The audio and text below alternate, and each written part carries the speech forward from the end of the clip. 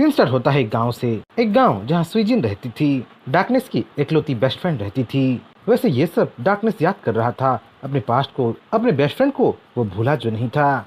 स्वीजिन जिस दिन को डर रही थी वो दिन अब आ चुका था। पैलेस में स्वीजिन को ले जाने के लिए अब रॉयल पैलेस का यून जो आ चुका था। स्वीजिन पैलेस में जाना नहीं चाहती थी, वो तो एक फ्री स्पिरिट थी जो कि अपनी जिंदगी को डार्कनेस के साथ जीना चाहती थी। पर किस्मत को तो कुछ और ही मंजूर था, क्योंकि फेट जो लिख दिया था वो कैसे टाला जा सकता था। स्वीजिन यूंज से बचने की पूरी कोशिश करती है और इस प्रोसेस में वो यूंज को अपना दुश्मन ही बना लेती है। यूंज ने तो अब स्वीजिन को मारने का ऑर्डर भी दे दिया था और इस बात से डार्कनेस भी खबर था। डार्कनेस की बेस्ट फ्रेंड मरने वाली है और खुद डार्कनेस स्वीजिन का जंगल में इंतजार कर रहा है। बेचारे डार्कनेस को कहाँ पता था कि उसकी स्वीजिन अब जंगल में कभी नहीं आने वाली है। सीन शिफ्ट होता है गांव में, जहां स्वीजिन का लाइफलेस बॉडी पड़ा हुआ था। यूंज का ऑर्डर फुलफिल हो चुका था। स्वीजिन के बॉडी के चारों तरफ अब गांव के लोग जमा होने लगे थे। कई लोगों की कई बातें अब उभर के आने लगे थे। माय लॉर्ड, आपको पता है ना, वो लड़की जो भी की थी अपनी मर्जी पे की थी, उसके साथ हमारा कोई लेन देन नहीं है, हमें प्लीज छोड़ दीजिए, यहाँ से जाने दीजिए, बोल के गाँव वाले यूंज से माफी मांगने लगते हैं। पर यूंज तो गाँव वालों के ऐसे एक्शन से सरप्राइज था। जो लड़की उनके गांव में ही रहती थी, उनके बीवी बच्चों के साथ पली बढ़ी थी, गांव वालों ने उसी लड़की को 2 पलों में पराया कर दिया। अपने फायदे के लिए उसके साथ सारे रिश्ते तोड़ दिया। तभी यूंज देखता है कि स्वीजिन अब भी थोड़ा थोड़ा सांस ले रही है, मतलब वो अभी तक जिंदा है। इसलिए अपने सबॉर्डिनेट को वो तुरंत कमांड देता है, कमांड की वो स्वीजिन के सर को ही धड़ से अलग कर दे, गाँव वालों के लिए वो एक एग्जाम्पल सेट कर दे। यूंज के ऑर्डर अनुसार वहाँ सर जरूर कटता है, पर स्वीजिन का नहीं बल्कि यूंज के सबॉर्डिनेट का सर कटता है। 2 पलों में ही वहाँ कुछ अजीब सा हो गया था। जैसे ही यूंज का सबॉर्डिनेट तलवार उठा के स्वीजिन का सर काटने की कोशिश करता है, वहाँ डार्कनेस आ जाता है और स्वीजिन को रेस्क्यू करके वो यूंज के सबॉर्डिनेट को 2 टुकड़ों में बांट देता है। चारों तरफ अब एक मेनेसिंग ऑरा रिलीज होने लगा था। एक काला कलूटा जीव उनके बीच जो आ गया था और वो बहुत भयानक लग रहा था। वो क्या है, मार दो उसे, बल्कि यूंज अपना कमांड देता है। पर उसके कमांड कंप्लीट होने से पहले ही उसके सबॉर्डिनेट्स एक एक करके मरने लगते हैं और उनको मारने वाला और कोई नहीं बल्कि डार्कनेस होता है। राक्षस, ये एक राक्षस है, बोल के सब लोग इधर उधर भागने लगते हैं। अपनी जान बचाने के लिए चारों तरफ वो फैलने लगते हैं। पर डार्कनेस तो बहुत गुस्से में था, वो कहाँ किसी को एस्केप होने के लिए देने वाला था।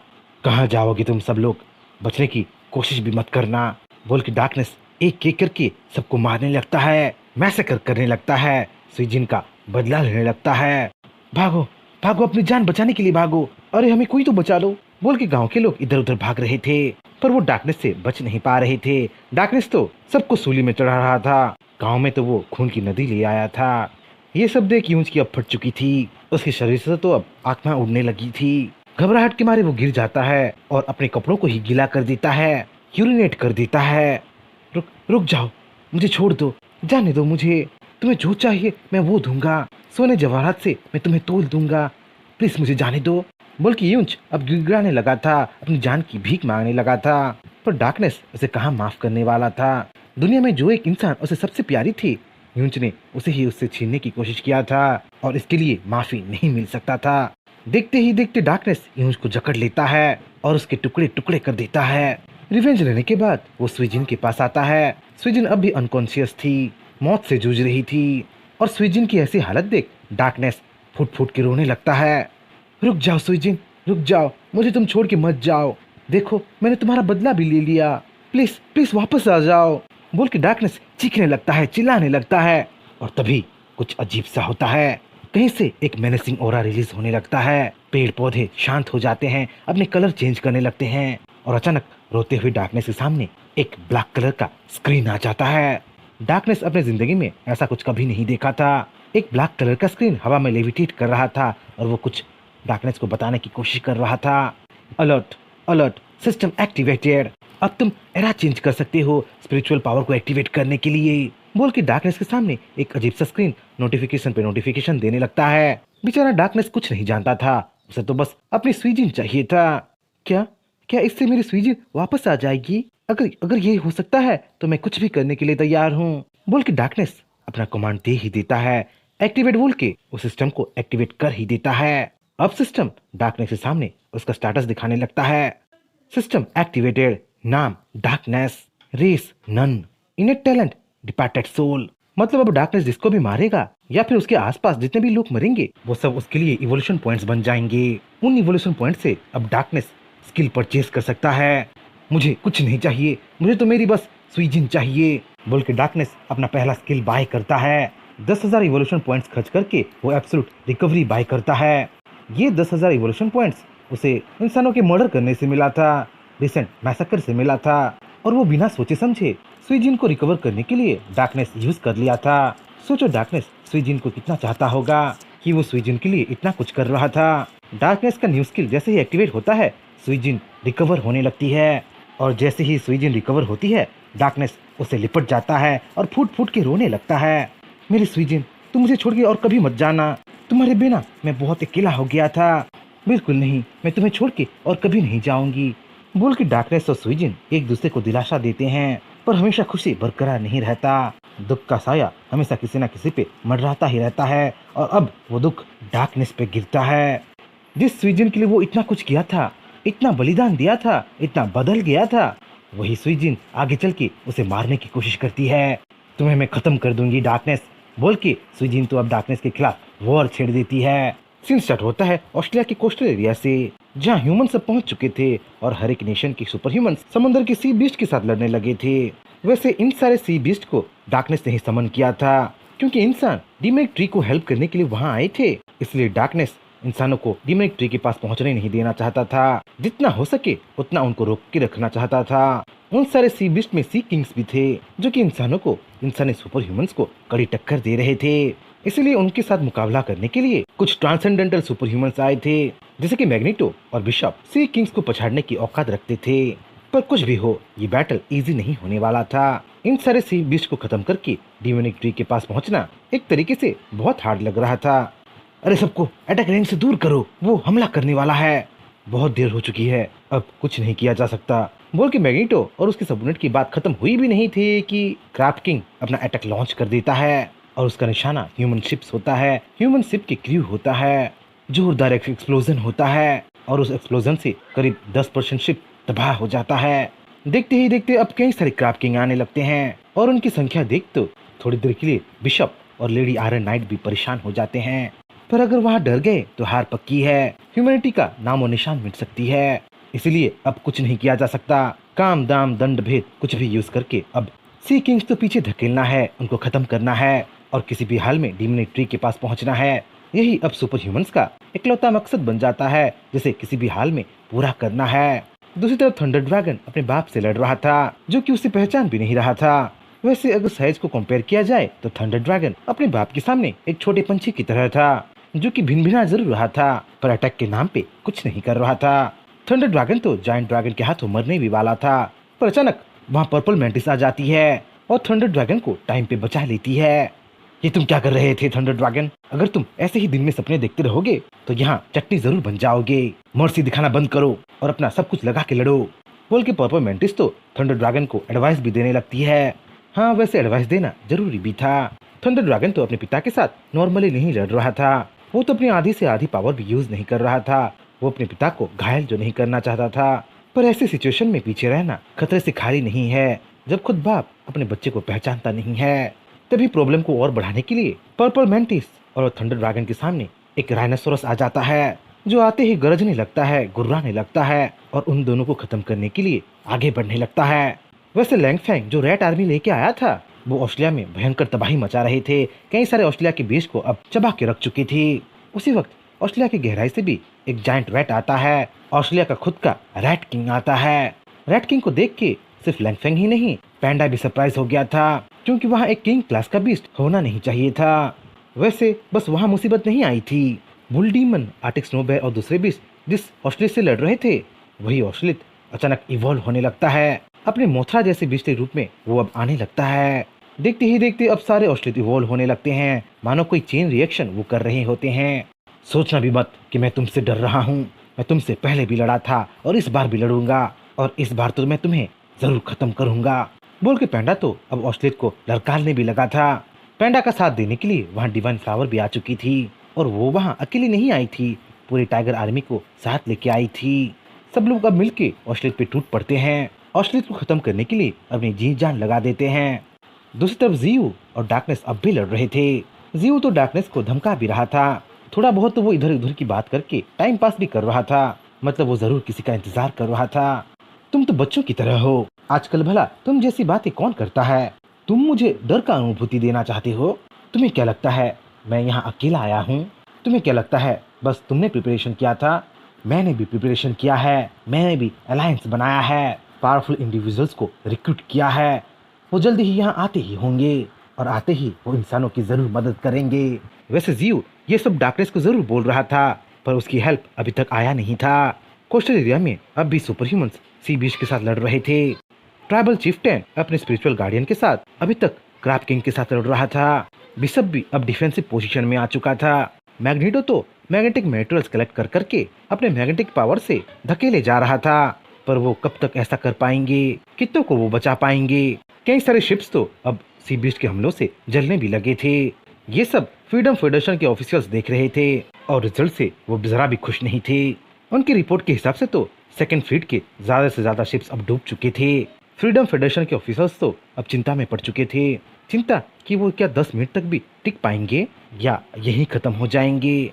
वैसे डार्कनेस भी जियो को इंसानों के बारे में ही बता रहा था। तुम इंसानों पे भरोसा किए हो, तुम बेवकूफी कर रहे हो। कभी मैंने भी इंसानों पे भरोसा किया था और नतीजा तुम्हारे सामने है। वैसे तुमने इंसानों को रिक्रूट जरूर किए हो, पर क्वालिटी को देखो या क्वांटिटी को। इंसान मेरे सी बीस्ट के सामने टिक नहीं पाएंगे। मेरे पास 7 समुद्रों के सी बीस्ट हैं और उनके पावरफुल सी किंग्स हैं। सिर्फ इतना ही नहीं, मेरे पास तो कई सारे कॉन्टिनेंट्स के पावरफुल बीस्ट भी जमा हैं। तुम्हें क्या लगता है तुम्हारे कॉम्पेनियंस, तुम्हारे रिक्रूटमेंट इन सबको हरा देंगे? इंसान मेरे सामने मक्खी की तरह हैं, उनका मरना पक्का है और तुम भी उनको बचा नहीं पाओगे। बोल के डार्कनेस अपनी जीत की गुहार लगाने लगता है, पर जियो भी कुछ कम नहीं था। वो भी फुली प्रिपेयर होकर वहां आया था। तो तुम्हें लगता है कि इंसान तुम्हारे सामने मक्खी की तरह हैं? पर मत भूलो डार्कनेस, एक छोटे से घाव में भी अगर मक्खी बैठ जाए तो बहुत बड़ी प्रॉब्लम हो सकती है। मैं मानता हूँ कि इंसान कमजोर हैं, पर इंसान डिफिकल्ट सिचुएशन में भी अपने आप को अडेप्ट कर सकते हैं। और क्या पता इंसान कुछ ऐसा कर दे जो तुमने भी और मैंने भी ना सोचा हो। बोल के जियो डार्कनेस को समझाने लगता है। वैसे जियो सही ही बोल रहा था। बैटलफील्ड में अभी तक सारे ह्यूमंस नहीं उतरे थे। साउलिंग और उसकी प्राइवेट आर्मी अभी तक वहाँ कहाँ आई थी? साउलिंग की प्राइवेट आर्मी में तो काउंटेस ड्रैकुला और वेयरवुल्फ जैसे सुपर ह्यूमंस थे।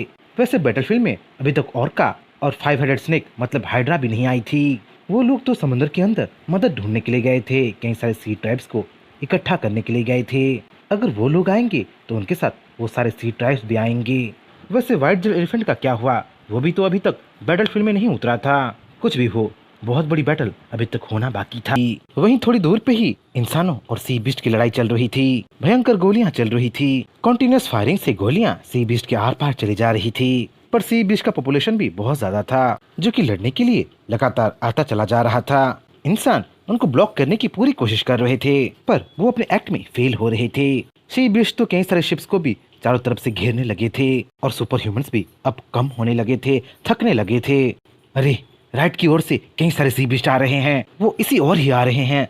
डिफेंस की प्रिपरेशन करो। बोल के शिप्स के अंदर क्रू बातचीत कर ही रहे थे कि तभी एक सर्पेंटाइन ड्रैगन शिप्स के ऊपर एनर्जी ब्लास्ट करने लगता है, जिससे शिप का लेफ्ट साइड का हिस्सा पूरी तरीके से तबाह हो जाता है। अब तो एम्यूनेशन भी कम होने लगा था। अगर ऐसा ही सब कुछ चलता रहा तो जल्दी ही शिप डूब सकता था।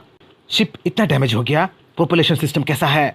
वो तो अभी के लिए ठीक है, पर एनर्जी का सोर्स पूरी तरीके से तबाह हो गया है। बैकअप सोर्स को अभी ऑन किया जा रहा है। आपका नेक्स्ट कमांड क्या है सर? बोल के जहाँ शिप के क्रू और कैप्टन आपस में बातचीत कर रहे थे, सिचुएशन की गंभीरता को समझ रहे थे, वहीं शिप का कैप्टन सोच रहा था कि वो अगर मरने वाला है तो वो अपने साथ सी बीस्ट को भी लेके जाएगा। इसलिए उस शिप का कैप्टन अपने क्रू को आखिरी कमांड देता है। कमांड की उनकी शिप को फुल स्पीड में लेके सामने वाले सी बीस्ट के साथ टकरा दिया जाए, और होता भी वैसा ही है। वो शिप सी बीस्ट के साथ टकरा जाता है, जोरदार एक एक्सप्लोजन होता है और शिप की क्रू के साथ साथ वो सर्पेंटाइन सी बीस्ट भी मारा जाता है। पर समंदर के अंदर तो ऐसे कई सारे सी बीस्ट थे, भला एक के मारे जाने से क्या फर्क पड़ने वाला था? यहाँ तो लॉस इंसानों का ही हो रहा था। दूसरी तरफ मैग्नेटो कई सारे बड़े बड़े सी बीस्ट के साथ लड़ रहा था और उसमें उसका साथ हुआशिया किंगडम दे रहा था। हुआशिया किंगडम का आर्मी फोर्स दे रहा था। उसकी तरफ भी नॉन स्टॉप सी बीस्ट आ रहे थे और इंसानों की तरफ से लगातार गोलियां चल रहे थे, एक्सप्लोजन चल रहे थे। वैसे ट्राइबल किंग और दूसरे सुपर ह्यूमंस भी अब डिफेंसिव पोजीशन में आ चुके थे और कुछ तो सी बीस्ट का खाना भी बन चुके थे। ऐसे ही एक बैटल में लिन भी सी बीस्ट का खाना ही बनने वाली थी, पर अचानक वो बच जाती है क्योंकि उसे बचाने के लिए अब हाइड्रा जो आ चुकी थी। हाइड्रा द 5 हेडेड स्नेक अब बैटल में कूद चुकी थी और वो अपने साथ कई सारे सी ट्राइब्स को लेके आई थी और आते ही सबसे पहला काम वो लिन को बचाने का की थी। हाइड्रा आते ही दूसरे सारे सी बीस्ट को अपने मुंह में जकड़ने लगती है, उनको एक एक करके खाने लगती है। दूसरी तरफ मैग्नेटो की तरफ भी कई सारे सी बीस्ट आने लगे थे और उनको देख के मैग्नेटो अब घबराने लगा था। सिर्फ मैग्नेटो नहीं घबरा रहा था, बिशप भी घबरा रहा था और वो घबराए भी क्यों ना। अचानक दुगने सी बीस्ट उनकी तरफ आने लगे थे और उन सबसे लड़ने के लिए उनके पास एनर्जी बचे जो नहीं थे। पर वहाँ कुछ अजीब हो रहा था, उन सारे सी बीस्ट को एक ऑर्का लीड कर रहा था। वैसे वो सारे सी बीस्ट उनकी तरफ जरूर आ रहे थे, पर वो उनको अटैक नहीं कर रहे थे बल्कि सी बीस्ट को अटैक कर रहे थे। तब बिशप सिचुएशन को समझता है कि ऑर्का दुश्मन नहीं बल्कि दोस्त है। वो किलर व्हेल म्यूटेंट ट्री का वाइब दे रहा है, वो शायद दुश्मन नहीं दोस्त है। उनके साथ मत लड़ो, उनके साथ मिल के लड़ो बोल के बिशप अपना नेक्स्ट कमांड देता है और क्रैब किंग के साथ खुद लड़ने लगता है। तभी वहाँ और एक हेल्प आता है जो कि आते ही उन सबको एनकरेज करने लगता है, उन सबको सपोर्ट करने लगता है। हार मत मानो इंसानों, ये तुम्हारा आखिरी वक्त नहीं है, तुम सब जरूर जीतोगे बोल के अब सेथ वहाँ आ चुका था। वैसे सेथ को अगर तुम भूल गए हो तो सेथ जीव से एक बार मिल चुका था। वो वेस्टर्न वेस्टलैंड का एक क्रिएचर होता है जो डार्कनेस से ही सदियों से लड़ रहा होता है। शायद डार्कनेस को सील करने में उसका भी हाथ होता है। इंसानों, मैं इस बार अकेला नहीं आया हूँ, इस बार मैं अपने साथ कुछ दोस्तों को भी लेके आया हूँ बोल के सेथ दूर की ओर इशारा करता है और उधर से जायंट आइस गोलम आ रहे होते हैं और उन आइस गोलम पे किकाड़ा सवार होता है। किकाड़ा भी वहाँ डार्कनेस से ही लड़ने आया था और वो वहाँ धमाके मचाने वाला था। वहाँ तो अब कई सारे सुपर ह्यूमंस भी उतरने लगे थे जो कि ब्लड लस्ट के मूड में थे, सी बीस्ट को मारने के मूड में थे। वैसे वहाँ साउलिंग और उसकी प्राइवेट आर्मी भी आ चुकी थी जो कि सी बीस्ट पे कहर मचाने लगी थी। वहीं ऑस्ट्रेलिया के मेन लैंड में अब फिनिक्स आ चुका था जो कि मिस्टी माउंटेन का साथ देते हुए ऑस्ट्रेलिया के बीस्ट पे आग उगलने लगा था। उसके पावर से तो सब लोग सरप्राइज थे क्योंकि उसका पावर नेक्स्ट लेवल का था जो कि जला के सब कुछ राख में बदल रहा था। वहीं दूसरी तरफ डार्कनेस और जीव अब भी लड़ रहे थे। जीव डार्कनेस को समझा रहा था कि वो इस प्लैनेट की क्रिएचर्स को इतना नीचा ना समझे। इस प्लैनेट की क्रिएचर्स बेवकूफ जरूर हैं, पर वो साथ ही साथ हार मानने वालों में से नहीं हैं। वो लोग मरते दम तक लड़ेंगे पर डार्कनेस के सामने घुटने नहीं टेकेंगे। और अभी तक फ्यूचर को देखा ही कौन है, क्या पता आगे क्या होने वाला है। क्या पता पिछली बार की तरह तुम्हें कोई फिर से सील कर दे या फिर मेरा जैसा कोई तुम्हारा नामो निशान भी मिटा दे बोल के जैसे ही जीव डार्कनेस को समझाता है, डार्कनेस आग बबूला होने लगता है।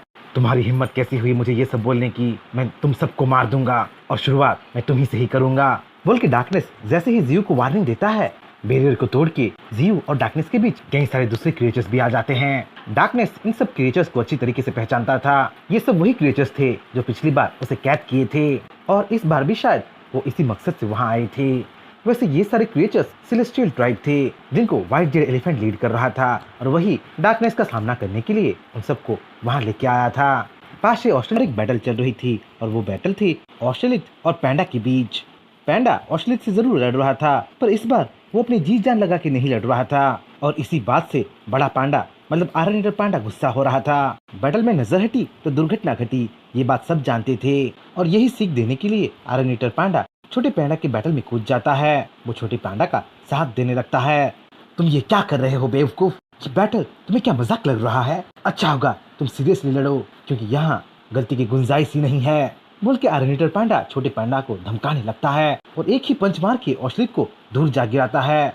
आयरन ईटर पांडा छोटे पांडा की मदद जरूर किया था पर उसका गोल कुछ और था। वो पीछे रह के डार्कनेस के मिनियंस के साथ नहीं लड़ने वाला था, वो तो खुद डार्कनेस से लड़ने वाला था। इसीलिए वो छोटे पांडा को डरा धमका के फटकार लगा के आगे बढ़ने लगता है, डार्कनेस की ओर बढ़ने लगता है।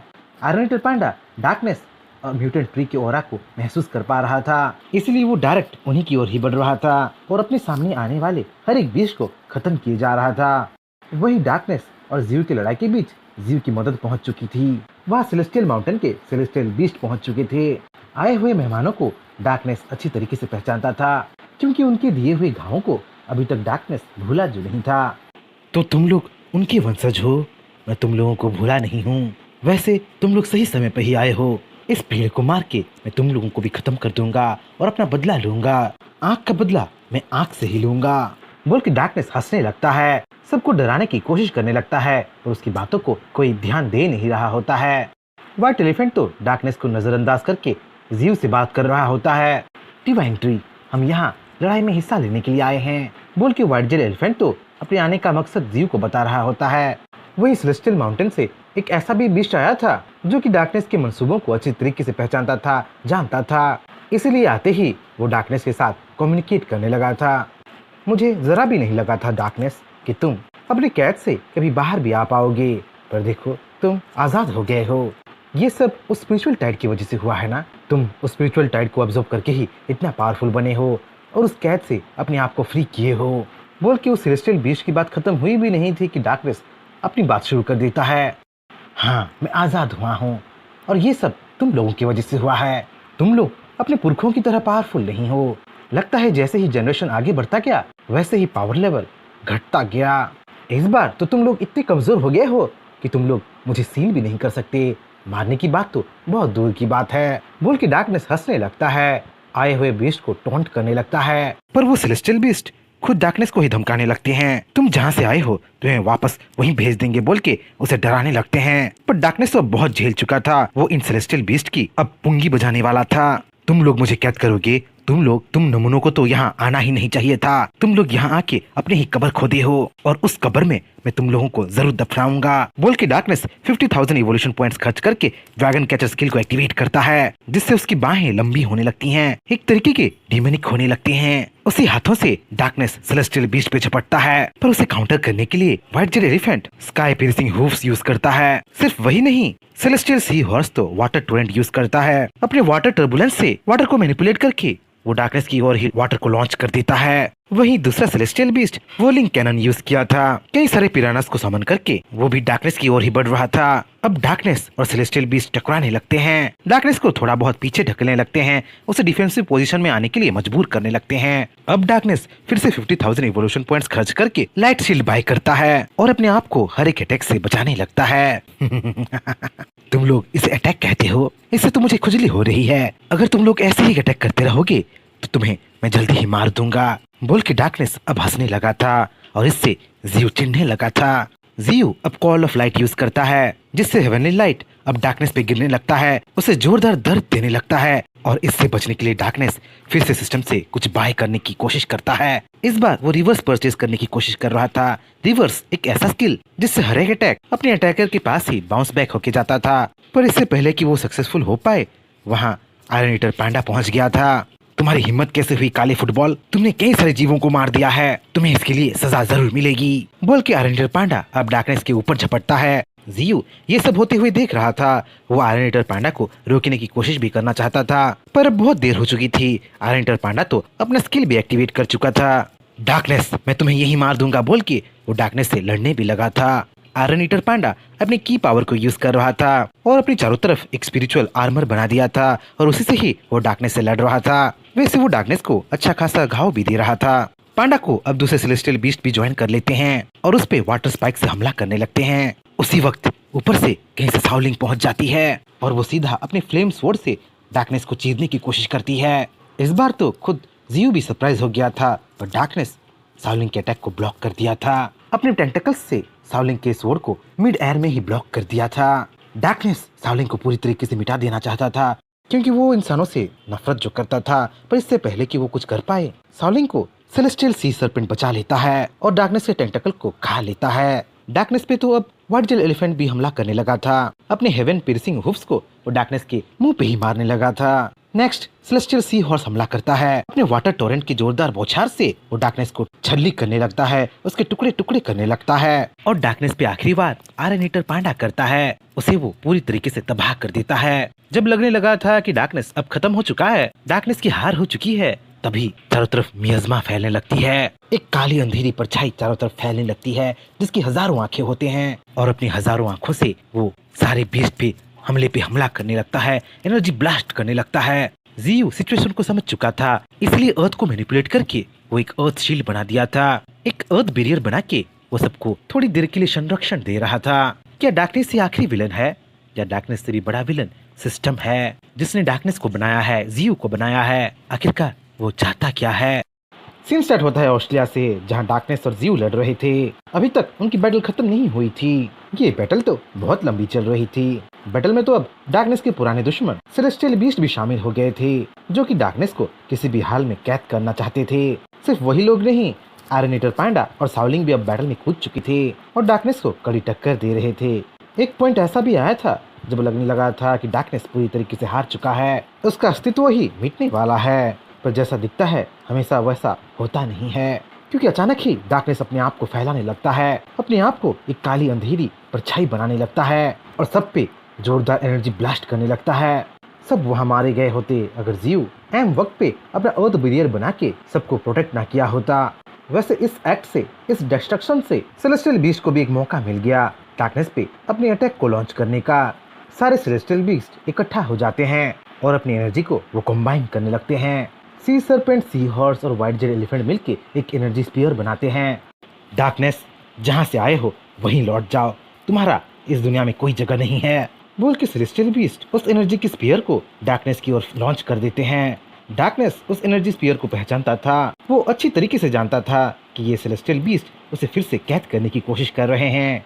तो तुम लोग मुझे मार नहीं पाए तो कैद करने की कोशिश कर रहे हो, बड़े कायर हो तुम लोग, पर इस बार ये सब आसान नहीं होने वाला है, बोल के डार्कनेस गुर्राने लगता है। पर तब तक एनर्जी स्पीयर उसके पास पहुंच चुकी थी, उसके चारों ओर फैलने लगी थी। तुम कुछ भी कर लो डार्कनेस, तुम इस बार फिर से कैद होगे। तुम्हें कैद करने के लिए ही हम लोग एग्जिस्ट करते हैं। तुम जैसी इविल क्रिएचर की इस दुनिया में कोई जगह नहीं है और ये बात तुम अच्छी तरीके से समझ जाओ, अपनी डेस्टिनी को मान जाओ, बोल के व्हाइट जेल एलिफेंट की बात जब खत्म होती है, एनर्जी का स्पीयर डार्कनेस को अब चारों तरफ से निगलने लगता है, उसे अंदर कैद करने लगता है। देखते ही देखते वहाँ एक पोर्टल भी खुलता है, एक पोर्टल जो गहरे समंदर को कनेक्ट कर रहा होता है और सबके सामने डार्कनेस को भेजा जाने लगता है। गहराई में उसे फिर से कैद करने की कोशिश किए जाने लगता है। डार्कनेस चीखता है, चिल्लाता है और जब बात नहीं बनती वो क्लॉज ऑफ डार्कनेस को यूज करने लगता है। वो सीलिंग स्पीयर को अंदर ही अंदर तोड़ने लगता है, उससे बाहर आने की कोशिश करने लगता है। बुज़दिलों, तुम लोग कभी कामयाब नहीं होगे, तुम लोगों को मैं मार दूंगा, बोल के डार्कनेस अपने क्लॉज ऑफ डार्कनेस को अनलीश करता है, जो कि सीलिंग स्पीयर को क्रैक करके व्हाइट जेड एलिफेंट के आर पार हो जाते हैं, उसे क्रिटिकल तरीके से घायल कर देते हैं। डार्कनेस को उस स्पीयर से बाहर आने नहीं दिया जा सकता था, क्योंकि वो अगर एक बार बाहर आ गया तो उसे फिर से कैद करना इम्पॉसिबल जैसा काम था। इसलिए वहाँ मौजूद हर कोई इकट्ठा हो जाते हैं और डार्कनेस के साथ भिड़ने लगते हैं। जहाँ डार्कनेस सीलिंग स्पेल को कंप्लीट होने से रोकना चाहता था, वो सेलेस्टियल बीस्ट को मार देना चाहता था, वही साउलिंग, आयरन ईटर पांडा, जीव डार्कनेस को रोकने लगते हैं, सेलेस्टियल बीस्ट को डिफेंड करने लगते हैं, सीलिंग स्पेल को किसी भी हाल में कंप्लीट कराने लगते हैं। मेरी वजह से वो आज़ाद हो रहा है। अगर सब कुछ ऐसा ही चलता रहा तो वो फिर से आज़ाद हो जाएगा, बोल के जहाँ व्हाइट जेल एलिफेंट खून की उल्टी कर रहा था, वहीं साउलिंग उसे दिलासा देती है, कोई नहीं, तुम ये सब कर सकते हो, बोल के वो डार्कनेस को रोकने की पूरी कोशिश करती है। उन्हें रोकने की कोशिश भी मत करना, उन गहराइयों में तुम्हें जाना ही होगा, बोल के जीव अपना अर्थ एलिमेंट फिर से यूज करने लगता है और इस बार अर्थ स्फीयर से वो डार्कनेस पे झपटने लगता है। डार्कनेस के इस साइड को पूरी तरीके से कवर कर देता है। सबकी मिली जुली भगत काम में आती है। डार्कनेस को समंदर की गहराई में कैद कर दिया जाता है। आखिरकार हमने कर ही दिया, डार्कनेस को उसकी जगह हमने भेज ही दिया, बोल के सब लोग सुस्ताने लगते हैं। कुछ सेलेस्टियल बीस्ट तो अब अपनी लिमिट पे पहुंच चुके थे, उनके तन बदन से खून जो निकलने लगे थे, इसीलिए तो डार्कनेस का कैद होना उनके लिए राहत की बात थी, क्योंकि अगर लड़ाई और ज्यादा लंबा खींचती तो उनकी मौत तो उनकी राह ही देख रही थी। हाँ, आखिरकार इतने सालों बाद हम सक्सेस हो ही गए, हमने अपना जिम्मेदारी निभाया, अपने पुरखों के लिनेज को आगे बढ़ाया, बोल के जहाँ सर्पेंटाइन ड्रैगन अपने पूर्वजों के बारे में सोच रहा था, वहीं पांडा डार्कनेस के ओरा को डिटेक्ट करने की कोशिश कर रहा था, क्योंकि डार्कनेस का कोई भी ओरा उसे महसूस नहीं हो रहा था। तो आयरन ईटर पांडा भी श्योर हो जाता है कि डार्कनेस सचमुच इस दुनिया से जा चुका है, कैद हो चुका है। वैसे जीव भी अब राहत की सांस लेने लगा था, क्योंकि इतनी बड़ी लड़ाई आखिरकार खत्म जो हुआ था। अब डार्कनेस की आर्मी को संभालना था और वो सब लोग मिलके जरूर कर लेंगे। अगर सब लोग मिलके उनके मास्टर को संभाल लिए हैं, डार्कनेस को संभाल लिए हैं, तो उसके चेलों को तो वो लोग आराम से हैंडल कर लेंगे। दूसरी तरफ व्हाइट जेल एलिफेंट बहुत घायल हो गया था, मानो वो अपनी आखिरी सांसें ही गिन रहा था। इसीलिए साउलिंग उसके पास आती है और लाइफ ऑफ एसेंस की एक बोतल उसे देती है। मैंने तो तुम्हें पहले ही कहा था कि लाइफ ऑफ एसेंस की एक बोतल रख लो, पर तुम हो कि मेरी एक नहीं सुनते। बोल के साउलिंग व्हाइट जेल एलिफेंट को डांट लगाने लगती है और लाइफ ऑफ एसेंस की कुछ बूंदें व्हाइट जेल एलिफेंट को पिलाने लगती है। तभी अचानक कुछ ऐसा हो जाता है जो कोई भी उम्मीद नहीं किया होता है। सेलेस्टियल सी हॉर्स दो टुकड़ों में बट जाता है क्योंकि किसी ने उस पर हमला कर दिया होता है। अब हर कोई शौक में था क्योंकि उनका दुश्मन उनको दिख जो नहीं रहा था। तभी आयरन ईटर पांडा पे भी हमला होता है जिससे वो कई किलोमीटर दूर जा गिरता है। जियो और आयरन ईटर पांडा अब समझ चुकी थी कि उनका दुश्मन फिर से लौट आया है। उनका शक डार्कनेस पे ही था और उनका शक सही भी होता है क्योंकि उनके सामने ही आसमान में दरारें पड़ने लगती है, डायमेंशनल क्रैक पड़ने लगती है और वहां से वो काली अंधेरी परछाई फिर से इस दुनिया में लौट आती है। तुम लोगों को क्या लगा था कि तुम लोग मुझे इतनी आसानी से कैद कर दोगे? देखो मैं फिर से लौट के आया हूँ। तुम लोगों के खून से मैं नहाना जो चाहता हूँ। बोल के डार्कनेस अपना डार्क इम्पैक्ट स्किल यूज करने लगता है। व्हाइट जेल एलिफेंट और सी सर्पेंट उसे काउंटर करने की कोशिश करते हैं अपने हेवन पियर्सिंग हुफ से और एनर्जी बीम से उसे रोकने की कोशिश करते हैं, पर डार्कनेस के टेंटेकल्स जैसे बाहें व्हाइट जेल एलिफेंट और सी सर्पेंट के आर पार हो जाते हैं और उन दोनों को एक ही झटके में पछाड़ देते हैं। वही आयरन ईटर पांडा भी अब वापस आ चुका था, पर इस बार वो अंधा हो चुका था। तुम्हारी हिम्मत कैसे हुई डार्कनेस मुझे अंधा करने की? तुम्हें इसके लिए जरूर सजा मिलेगी। बोल के आयरन ईटर पांडा अपने स्पिरिचुअल फॉर्म को एक्टिव करता है। अपनी की एनर्जी से वो डार्कनेस से जूझने लगता है, पर डार्कनेस अब एक न्यू स्किल खरीद चुका था। 3 लाख इवोल्यूशन पॉइंट्स खर्च करके वो इमिटेशन स्किल को फिर से पा चुका था। डार्कनेस अब पांडा के रूप में आ चुका था और पांडा के स्किल को कॉपी करके ही वो आयरन ईटर पांडा से लड़ने लगा था। सीन स्टार्ट होता है उसी ऑस्ट्रेलिया से जहाँ एक भयंकर बैटल चल रही थी। जिंदगी और मौत की खेल चल रही थी। जियो, सेलेस्टियल बीस्ट और दूसरे बीस्ट मिलके डार्कनेस को कई बार हरा चुके थे, पर हर बार डार्कनेस फिर से जिंदा हो रहा था और अपने साथ नई नई स्किल लेके आ रहा था। अब की बार तो सारे बीस्ट थक चुके थे, कुछ तो बहुत घायल हो चुके थे और मौत के मुंह में जाते जाते रह गए थे। पर इस बार जब डार्कनेस लौट के आता है वो सबसे पहला काम सेलेस्टियल सी हॉर्स को मारने का करता है। वो उतने में ही नहीं रुकता, वो तो व्हाइट जेल एलिफेंट और सी सर्पेंट को भी क्रिटिकल तरीके से घायल कर देता है और अपने इमिटेशन स्किल से पैंडा का रूप ले लेता है और पांडा से ही लड़ने लगता है। दो पांडा अब आमने सामने थे, एक आयरन ईटर पांडा था और दूसरा पैंडा के रूप में खुद डार्कनेस था। दोनों अब एक दूसरे को पंच पे पंच मारने लगते हैं, पर डार्कनेस के पास तो एक चीट स्किल था क्योंकि वो सिस्टम से कभी भी कोई भी स्किल खरीद जो सकता था।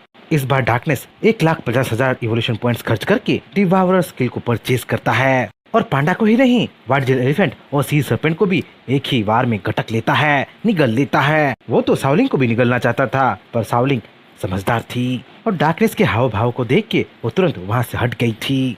ये क्या है मास्टर, ये तो उनको खा गया। बोल के जहाँ साउलिंग शौक में थी वही जियो तुरंत साउलिंग को वहाँ से हट जाने का कमांड देता है क्योंकि अभी के लिए खुद जियो भी घबरा गया था क्योंकि डार्कनेस के नेक्स्ट चाल को जियो भी समझ नहीं पा रहा था।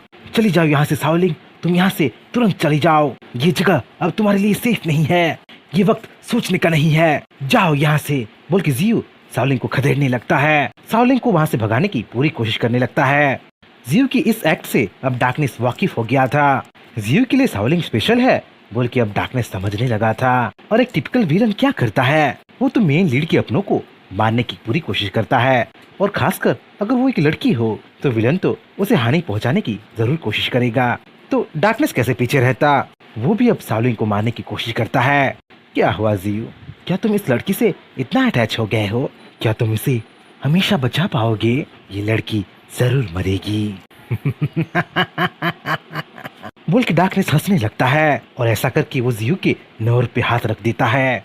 जियो अब गुस्से से उबलने लगा था, वो अपने अपनों को कैसे खो सकता था, इसलिए वो तुरंत डार्कनेस पे झपटता है, डार्कनेस को पंच पे पंच मारने लगता है। पर अब की बार जियो टूटने बिखरने लगता है। डार्कनेस अब बहुत पावरफुल होके लौटा था जिसे अब खुद जियो भी कंट्रोल नहीं कर पा रहा था, इसलिए मजबूर होकर जियो फिर से अपने 9 अर्बुरल रूट्स को यूज करता है, पर उन्हें भी डार्कनेस तोड़ के बिखेर देता है। डार्कनेस पांडा के शरीर को फुल्ली यूज कर रहा था, उसके पंजों से जियो के रूट्स को स्लाइस कर रहा था, काटे जा रहा था। अब जियो बिना सोचे समझे चाल नहीं चल सकता था क्योंकि वो भी अब समझ चुका था कि डार्कनेस पहले से कहीं ज्यादा पावरफुल होके लौटा है और उसके एक्चुअल स्ट्रेंथ को अब जियो भी समझ नहीं पा रहा है। तभी डार्कनेस ग्रेविटी स्किल को परचेज करता है और बुल डीमन की तरह वो भी ग्रेविटी को मैनिपुलेट करने लगता है। डार्कनेस ग्रेविटी को इस हद तक मैनिपुलेट कर रहा था कि जियो हिलडुल भी नहीं पा रहा था, वो तो मानो धरती से चिपक ही गया था।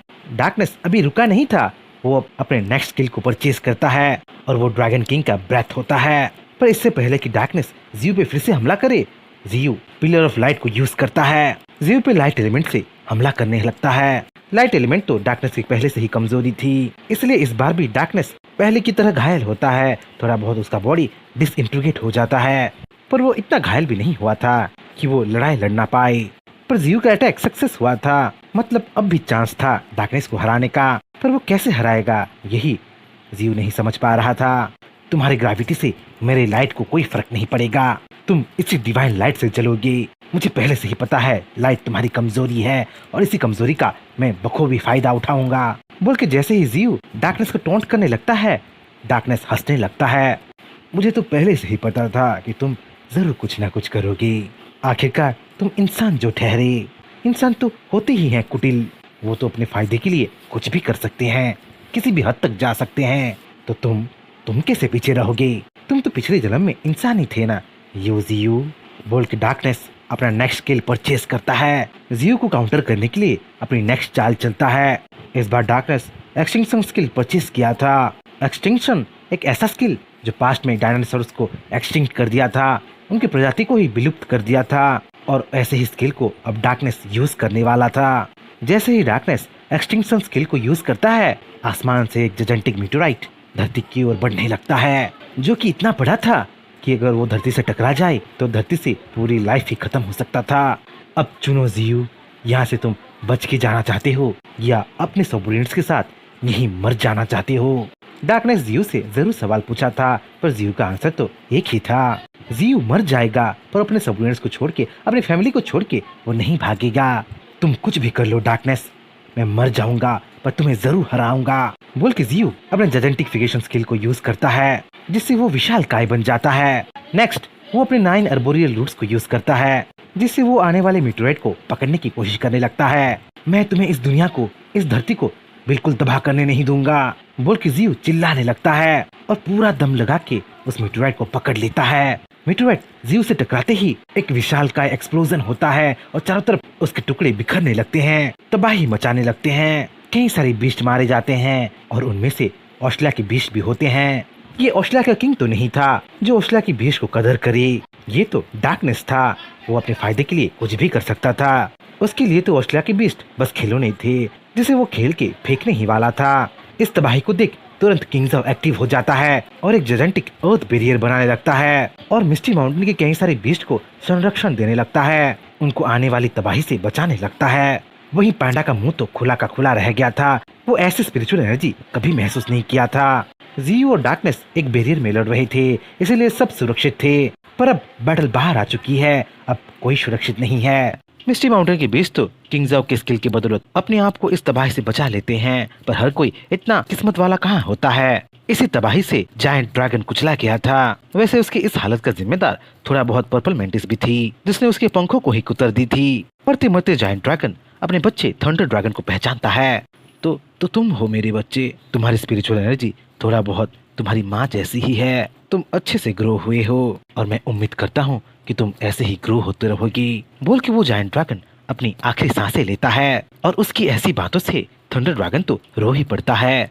पिताजी पिताजी, बोल के वो गिड़गिड़ाने लगता है, पर पर्पल मेंटिस उसे दिलासा देती है, तुम रो मत, तुम तो एक ड्रैगन के बच्चे हो, तुम्हारा पिता एक ब्रेव का मौत मरा है, वो बच जाता पर मैंने उसके पंखों को ही काट के रख दिया था, इसी वजह से वो उड़ नहीं पाया और एस्टेरॉयड के टुकड़ों के नीचे आ गया।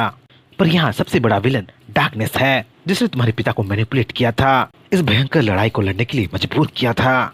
उसी डार्कनेस ने इस एस्टेरॉयड को समन किया था, जिसकी वजह से तुम्हारे पिता का मौत हुआ। ये सब डार्कनेस का क्या धरा है और तुम्हें उसे नहीं छोड़ना है, बोल के पर्पल मेंटिस थंडर ड्रैगन का कान भरने लगती है। अब वो एक नया स्किल पा चुकी होती है, वो मंथरा बन गई होती है। दूसरी तरफ साउलिंग चीख रही थी, चिल्ला रही थी, अपने मास्टर को बार बार बुला रही थी। इस भयंकर तबाही में जियो का क्या हुआ, वो यही सोच रही थी। वैसे जियो टूट बिखर चुका था, पर वो बार बार रिजुविनेट हो रहा था, रिकवर हो रहा था। डार्कनेस नाम की मुसीबत से वो लड़े जा रहा था।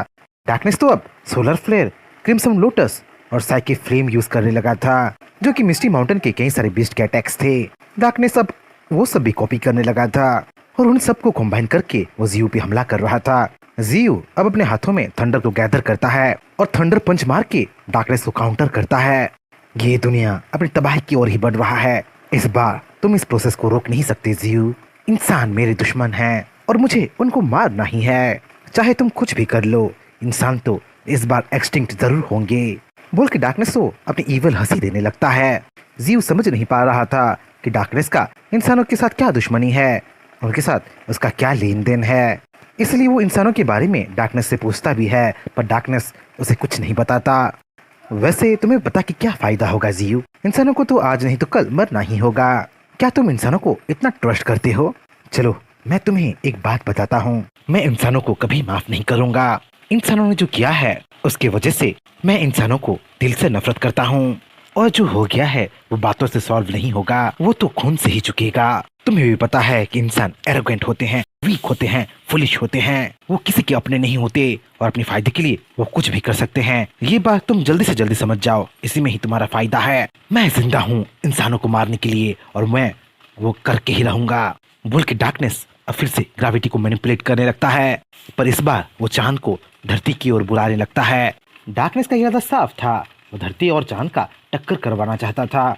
चांद अब धरती की ओर बढ़ने लगा था, उसका विशालकाय रूप अब नजर आने लगा था। इस इंसिडेंट को सब लोग देख रहे थे और हो क्या रहा है कोई समझ नहीं पा रहे थे।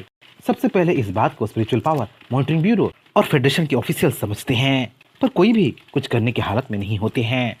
देख रहे हो जीव, चांद धरती की ओर ही आ रहा है और वो 30 मिनट में पहुंच जाएगा।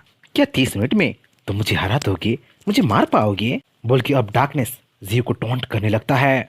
डार्कनेस को पता था कि जीव अब कुछ नहीं कर पाएगा, पर अचानक कुछ अजीब सा हो जाता है। कहीं से वहाँ थंडर ड्रैगन पहुंच जाता है। जीव उसे डार्कनेस के पास पहुंचने से रोकना चाहता था, पर उसके रुकने से वो रुक नहीं रहा था। जीव थंडर ड्रैगन को बार बार चिखता है, चिल्लाता है, पर थंडर ड्रैगन जीव की एक नहीं सुनता। वो सीधा डार्कनेस के पास पहुंच जाता है और अपने थंडर ब्रेथ से वो डार्कनेस पे हमला करने लगता है। पर डार्कनेस के पास तो इसका भी जवाब था। वो जीव के विंड ब्लेड्स को यूज करता है और आते हुए थंडर ब्रेथ के साथ साथ वो थंडर ड्रैगन का भी टुकड़े टुकड़े करने लगता है। थंडर ड्रैगन को मरते हुए शाओलिन कैसे देख सकती थी, इसलिए वो तुरंत इंटरवीन करती है और डार्कनेस को फ्लेम पंच मार के वो उसे पीछे धकेलने लगती है। अब शाओलिन सुरक्षित नहीं थी, क्योंकि वो अब डार्कनेस के पूरे सामने जो आ गई थी। डार्कनेस ये सुनहरा मौका कैसे जाने दे सकता था। वो तुरंत एक्टिव हो जाता है और अपने मुंह में एनर्जी गैदर करने लगता है, एक डार्क स्पीयर बनाने लगता है। डार्कनेस शाओलिन को मार ही देता, पर अचानक उसके मुंह को जीव दबा देता है और डार्कनेस के मुंह के अंदर ही उसके डार्क स्पीयर को ब्लास्ट करवा देता है। तुमने उस लड़की को बचाने के लिए अपने दिल को शैटर कर दिया। बहुत बढ़िया जीव, तुम्हारा ये अंदाज मुझे बहुत पसंद आया। तुम्हारी जिंदगी और मौत की लड़ाई बहुत इंटरेस्टिंग है। देखते हैं तुम किन को कब तक बचा पाओगे। बोल के डार्कनेस अब जीव को खुली चुनौती देने लगा था, पर जीव तो डार्कनेस की बातों को ध्यान नहीं दे रहा था। उसके लिए तो इम्पोर्टेंट उसका फैमिली जो था। जीव तुरंत डायमेंशन ऑफ लाइफ को खोलता है और उसके अंदर शाओलिन और थंडर ड्रैगन के आधे बॉडी को छिपा देता है। थंडर ड्रैगन को अब भी बचाया जा सकता था, बस उसे रिकवर होना था और उसके लिए डायमेंशन ऑफ लाइफ बेस्ट जगह था। डायमेंशन ऑफ लाइफ में जाते ही तुरंत वाइंड्स थंडर ड्रैगन को जकड़ लेते हैं और उसे हील करना शुरू कर देते हैं। जहाँ थंडर ड्रैगन हील हो रहा था, वहीं शाओलिन को एक आवाज सुनाई देती है और वो आवाज मरमेड क्वीन की होती है। मरमेड क्वीन को तो हर कोई भूल गए थे। मरमेड क्वीन भी डायमेंशन ऑफ लाइफ में ही कैद थी और वो वहाँ शांति से डार्कनेस का ही इंतजार कर रही थी। तो तुम लोग भी यहाँ आ ही गए। वैसे मैं यहाँ अकेली बोर हो रही थी। वैसे कैसा रहा लड़ाई? तुम लोग तो हमारे किंग से मिल ही गए होगे।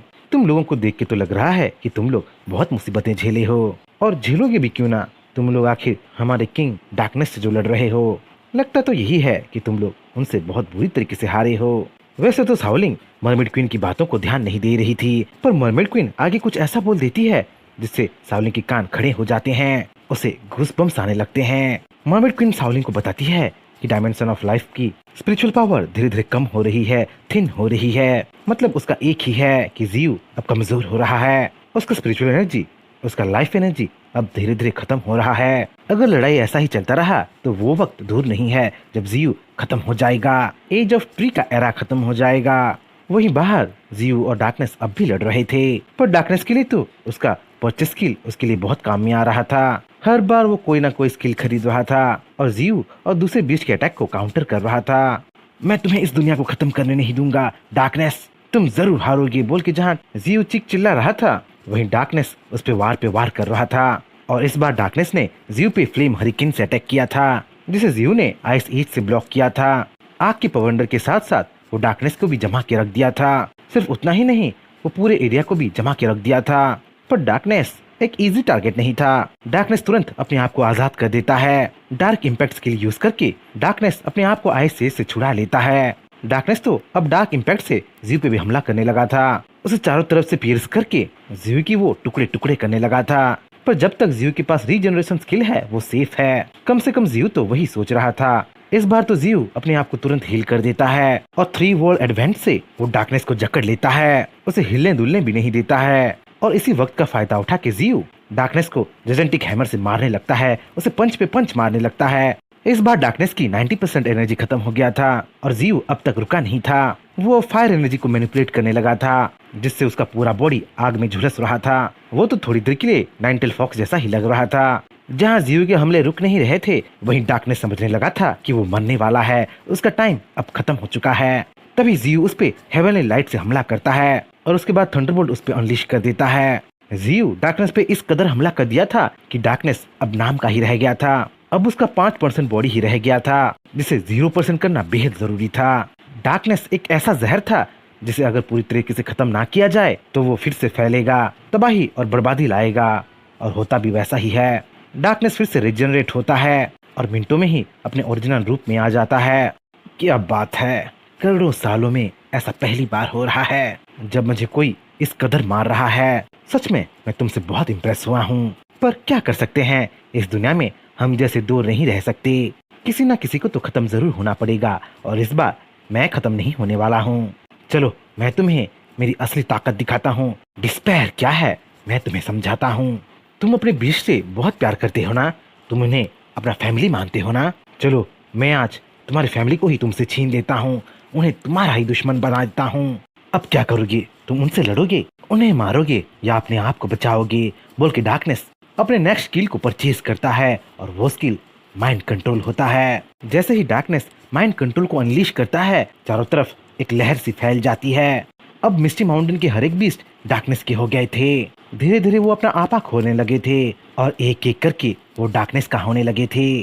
क्या ये क्या हो रहा है, मैं अपना आपा खो रहा हूँ, मेरी याददाश्त कैसे जा रही है? बोल के गोल्डन आंट वो पहला होता है तो ये बात नोटिस करता है। पर अब बहुत देर हो चुकी थी, हर किसी का याददाश्त अब जा चुकी थी। वैसे नाइनटेल फॉक्स भी कैंगरू बीस्ट से लड़ रही थी और उसे वो अच्छी खासी टक्कर दे रही थी। उसे पछाड़ पछाड़ के वो उसे हरा भी दी थी। वही नाइनटेल फॉक्स अचानक पागलों जैसी होने लगती है, रेबिस के कुत्तों की तरह होने लगती है। वहीं दूसरी तरफ जियो डार्कनेस की इस ट्रिक को समझ नहीं पा रहा था, इसीलिए वो डार्कनेस से सवाल पे सवाल भी कर रहा था। तुमने इस बार क्या कर दिया है डार्कनेस? बोल के जियो डार्कनेस से सवाल पूछ ही रहा था कि वो देखता है कि गोल्डन आंट उसी की ओर ही आ रहा है। पर इस बार उसके साथ कुछ गड़बड़ था। लग रहा था कि वो सब कुछ भूल गया है, कौन दुश्मन है और कौन दोस्त है यही वो भूल गया है। अचानक फ्लाश जियो पे ही हमला कर देता है। अपने क्लॉथ से वो वार पे वार करने लगता है। ये तुम क्या कर रहे हो गोल्डन आंट, अपने होश में आओ, रुको रुको रुक जाओ। बोल के जहाँ जियो गोल्डन आंट को रोक रहा था, वही डार्कनेस अब हंसने लगा था। अब कैसा लग रहा है जियो? देखो अब तुम्हारे सारे सबनेट्स अब मेरे गुलाम हो गए हैं, मेरे पपेट्स हो गए हैं। उनको मैं जैसा नचाऊंगा वो वैसे ही नाचने वाले हैं। डार्कनेस की ऐसी बातें सुन जियो आग बबूला हो जाता है। जियो ये कैसे मान सकता था कि उसके सबनेट्स, उसकी फैमिली अब उसके खिलाफ हो गए हैं? क्या उसे अभी उनसे लड़ना पड़ेगा? ये लड़ाई तो वो उन्हीं के लिए ही लड़ रहा था। अगर अब उन्हीं से ही लड़ना पड़ेगा तो इस बैटल का क्या फायदा होगा? इससे तो अच्छा उसका मरना होगा। तुम्हारी हिम्मत कैसे हुई डार्कनेस मेरे परिवार को छेड़ने की? बोल के जियो इन्फेर्नो ब्लास्ट करता है। आग के लपटों में वो डार्कनेस को घेर लेता है, उसे जलाने लगता है। पर इस बार डार्कनेस अर्थ एलिमेंट को यूज करने लगा था। अर्थ का एक बैरियर बना के वो अपने आप को बचाने लगा था। क्या लगता है जियो अब क्या करेगा? क्या डार्कनेस को हराने के लिए वो अपने परिवार से ही लड़ेगा? अभी तो बस गोल्डन आंट ही आया है, धीरे धीरे सारे मिस्टी माउंटेन के बीस्ट आएंगे और जियो से ही लड़ेंगे। तब जियो भला क्या करेगा? डार्कनेस अब अपनी उंगली टेढ़ी करने लगा था। जियो को ताकत से नहीं बल्कि दिमाग से हराने की कोशिश कर रहा था। डार्कनेस अब मिस्टी माउंटेन के हर एक क्रिएचर पे माइंड कंट्रोल कर चुका था। वो उन सबको आपस में लड़ा के खत्म करने की फिराक में था। इस बार डार्कनेस कामयाब भी होता है, क्योंकि जियो से लड़ने पहले तो गोल्डन हंट पहुंच गया था और उसके पीछे पीछे अब नाइनटेल फॉक्स वहां पहुंच गई थी और जियो से लड़ने लगी थी। इन्फेर्नो ब्लास्ट से सेक्सटेपल ट्राइब से दोनों बीस्ट अब जियो पे हमला कर दिए थे। जियो तो दोनों से ही प्यार करता था, क्योंकि वो उनका परिवार जो था वो भला उनसे कैसे लड़ता, इसलिए वो जियो बेचारा बस डिफेंस में ही रख गया था। पर आग में तेल डालने के लिए अब किंगजाओ वहाँ पहुँच जाता है। अर्थ को मैनिपुलेट करके अर्थ स्पाइक से वो भी जियो पे हमला कर देता है। सिर्फ वही नहीं, वहाँ तो व्हाइट टाइगर, कैनकिन और लैंगफेंग भी पहुंच चुके थे और एक एक करके वो जियो को अपना ताकत दिखा रहे थे। जियो की ऐसी मजबूरी देख दूर से डार्कनेस हंस रहा था। क्या हुआ जियो, क्या तुम बस अपने आप को डिफेंड करोगे, हमला नहीं करोगे? ऐसे में कहाँ मजा आएगा। चलो इन सबको खत्म कर दो। इनकी हिम्मत कैसे हुई तुमसे लड़ने की? देखो तुम्हारे बीस्ट अपने मास्टर को मास्टर नहीं मान रहे हैं। ऐसे बीस्ट का रहना ना रहना एक समान है। खत्म कर दो इन सबको, लहूलुहान कर दो। बोल के जहाँ डार्कनेस जियो को टॉन्ट कर रहा था, उसका मजाक उड़ा रहा था, वहीं जियो गुस्से से उबल रहा था, क्योंकि डार्कनेस इस बार उसकी इमोशन से जो खेल रहा था। जियो के पास ऐसा कोई टेक्निक नहीं था जिससे वो अपने सबऑर्डिनेट्स के माइंड कंट्रोल को डिस्पेल कर पाए। इसीलिए जियो यही सोच रहा था कि उसे डार्कनेस को जल्दी से जल्दी खत्म करना होगा, क्योंकि सबको फ्री करने के लिए यही एक तरीका उसके पास बचा था और ये काम इतना आसान नहीं होने वाला था। फिर भी वो ट्राई करता है। अपने 9 अर्बुलर रूट से वो डार्कनेस पे हमला कर देता है, पर डार्कनेस को बचाने के लिए वहाँ मिस्टी माउंटेन का पैंडा आ जाता है। हट जाओ सामने से बेवकूफ, बोल के जियो चिल्लाता है, चीखता है, पर पैंडा वहाँ से टस से मस नहीं होता और डार्कनेस को ऐसे ही बचाने लगता है, जिससे मजबूर होके जियो अपने अटैक को रीडायरेक्ट करता है। इससे डार्कनेस को अब एक सुनहरा मौका मिल गया था और उस सुनहरे मौके को डार्कनेस गवाता नहीं है। वो जियो पे जोरदार एक पंच मारता है और उसे दूर फेंक देता है। क्या हुआ जियो, क्या तुम हमला नहीं करना चाहते हो? अगर तुम ऐसे ही लड़ते रहे तो जीतना तो छोड़ो, तुम सरवाइव भी नहीं कर पाओगे। तुम्हें बहुत बुरा लग रहा होगा क्योंकि तुम्हारी फैमिली अब तुम्हारे खिलाफ जो हो गए हैं। पर एक बात बताऊं, तुम जिस चीज से गुजर रहे हो उन चीजों से मैं पहले ही गुजर चुका हूँ। धोखा क्या है मैं अच्छी तरीके से जानता हूँ, पर क्या कर सकते हैं, हम दोनों में से बस एक ही इस दुनिया में राज कर सकता है और वो इस बार मैं होने वाला हूँ। बोल के डार्कनेस ब्लेड ऑफ डिस्ट्रक्शन को एक्टिवेट करता है। ब्लेड ऑफ डिस्ट्रक्शन एक ऐसा स्किल जो डार्कनेस 2 मिलियन इवोल्यूशन पॉइंट्स खर्च करके खरीदा था और उसी से ही डार्कनेस जियो पे वार करने लगा था। जियो उन अटैक्स को अपने क्रिस्टलाइजेशन रूट्स और रीइंफोर्समेंट स्किल से रोक रहा था, पर दोनों के इम्पैक्ट से जो एनर्जी निकल रहा था वो चारों तरफ तबाही और बर्बादी फैला रहा था। कई सारे क्रिएचर्स मारे जा रहे थे और कहीं तो अपनी जिंदगी को दांव पे लगा के वहाँ से भाग रहे थे। वैसे डार्कनेस को तो इससे कोई फर्क नहीं पड़ता, पर जियो डार्कनेस से अलग था। वो अपनी फैमिली, अपने परिवार के बारे में सोचता था, इसलिए तो वो डार्कनेस से लड़ते लड़ते भी सबको बचाने की पूरी कोशिश कर रहा था और इसी चक्कर में जियो का 90% बॉडी अब पूरी तरीके से तबाह हो चुका था। बस उतना ही नहीं, उसका स्पिरिचुअल पावर भी लगभग खत्म होने के कगार पे आ चुका था। जियो की बॉडी में अब उसका कोर ही बाकी था, जिसमें उसका चेहरा भी शामिल था, पर लड़ाई अगर और थोड़ा लंबा खींचे तो जियो का नामो निशान भी मिट सकता था। वहीं इतना होके भी जियो खुश था क्योंकि उसने अपने फैमिली को जो बचा लिया था। क्या बात है, मैं तुमसे तो बहुत इम्प्रेस हुआ। तुम यहाँ पे मर रहे हो फिर भी अपनी फैमिली को बचा रहे हो। तुम्हें अब भी इतना एनर्जी है, पर तुम उनको कब तक बचाओगी? तुम उनको आज बचा रहे हो, पर तुम्हारे मरने के बाद क्या होगा? तुम्हें क्या लगता है मैं उन्हें छोड़ दूंगा? मैं उन्हें भी तुम्हारे पास ही भेज दूंगा। एक बात बताओ जियो, मैंने कभी भी तुम्हें अपना दुश्मन नहीं माना क्योंकि तुम उसके लायक हो ही नहीं। मुझे तो पहले से ही पता था कि तुम मुझे रोक नहीं पाओगे क्योंकि मैं एक नेचुरल डिजास्टर की तरह हूँ। कभी सुना है कोई दिन और रात को रोक सकता है, कोई धरती का घूमना रोक सकता है, उसी तरह मुझे भी कोई नहीं रोक सकता। मैं इस दुनिया में जिस काम के लिए आया हूँ वो काम मैं जरूर करूंगा, इंसानों का एक्सटिंक्शन कराऊंगा। ये जियो देख लो, ये तुम्हारा अंत है। बोल के डार्कनेस जियो की कोर को ही जकड़ लेता है और अपना एनर्जी ब्लास्ट करके उसे हमेशा हमेशा के लिए खत्म करने की कोशिश करने लगता है। एक टाइम के लिए तो जियो भी सोच लिया था कि वो मरने वाला है, इसीलिए अपने फैमिली के बारे में सोचते सोचते वो अपनी आखिरी पल गिनने लगता है। पर तभी वहाँ कुछ ऐसा हो जाता है जो किसी ने भी नहीं सोचा होता है। बैटलफील्ड में कोई चीज तेजी से उड़ के आता है और डार्कनेस के हाथों को काट के वो जियो को रेस्क्यू करके उड़ा ले जाने लगता है। ये जीव और कोई नहीं बल्कि मिस्टी माउंटेन का क्रेन था, जिसे तो मैं भी भूल गया था, जो कि किसी तरह से माइंड कंट्रोल से बच गया था और वही अपने चोंच में जकड़ के जियो को दूर लेके उड़ के जाने लगा था। डार्कनेस तुरंत एक्टिव हो जाता है और क्रेन के पीछे अपने मिनियंस लगा देता है। आसमान में अब कई सारे बैट्स उड़ने लगे थे जो कि व्हाइट क्रेन का पीछा कर रहे थे। बेचारा क्रेन जीव को उन सब से बचा रहा था।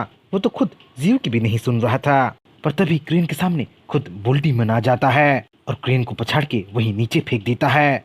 व्हाइट क्रेन, मुझे यहाँ पे छोड़ दो, उड़ जाओ यहाँ से। ये लोग बहुत पावरफुल हैं, तुम इनके सामने टिक नहीं पाओगे। बोल के जीव व्हाइट क्रेन को वहां से भगाने की कोशिश कर रहा था, उसकी जान बचाने की कोशिश कर रहा था। पर व्हाइट क्रेन के लिए जीव ही सब कुछ था। मैं यहाँ से कैसे जा सकता हूँ मास्टर?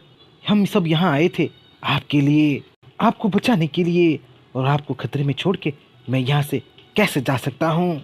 बोल के व्हाइट क्रेन अब जीव और डार्कनेस के बीच खड़ा हो जाता है। क्या ये व्हाइट क्रेन कुछ कर पाएगा? ये माइंड कंट्रोल से कैसे बच पाया था? जीव आखिर डार्कनेस का सामना कैसे करेगा? क्रेन जो डार्कनेस के चंगुल से जीव को बचा लिया था और खुद डार्कनेस के माइंड कंट्रोल को रेजिस्ट किया था, वही क्रेन अब फंस गया था और उसे मिस्टी माउंटेन के बीच नहीं फंसाया था, बुल डीमन ने फंसाया था। बुल डीमन ये सब जानबूझ के तो नहीं कर रहा था, ये बात खुद क्रेन भी जानता था। इसीलिए तो वो अब डार्कनेस और जीव के बीच खड़ा हो गया था। तभी डार्कनेस दूसरा एक चाल चलता है। अपने इवोल्यूशन पॉइंट्स खर्च करके वो नया एक स्किल परचेज करता है और वो स्किल फ्यूजन होता है। तुम लोगों में अब भी होप है, तो चलो मैं आज तुम्हारी होप को भी तबाह कर देता हूँ। बोल के डार्कनेस फ्यूजन स्किल को एक्टिवेट करता है, जिससे चारों तरफ डार्कनेस के टेंटिकल्स फैलने लगते हैं। काली अंधेरी परछाई मिस्टी माउंटेन के सारे बीच को निगलने लगते हैं। अब तो खुद क्रेन भी नहीं बच पाया था, इस बार वो भी डार्कनेस का शिकार बन गया था। डार्कनेस सबको निगल रहा था, वो अपने आर्मी को, ऑस्ट्रेलिया की आर्मी को भी नहीं बख्श रहा था। अब सारे क्रिएचर्स चीख रहे थे, चिल्ला रहे थे, अपनी जान बचाने की पूरी कोशिश कर रहे थे, पर कोई फायदा नहीं हुआ। डार्कनेस सबको निगल गया।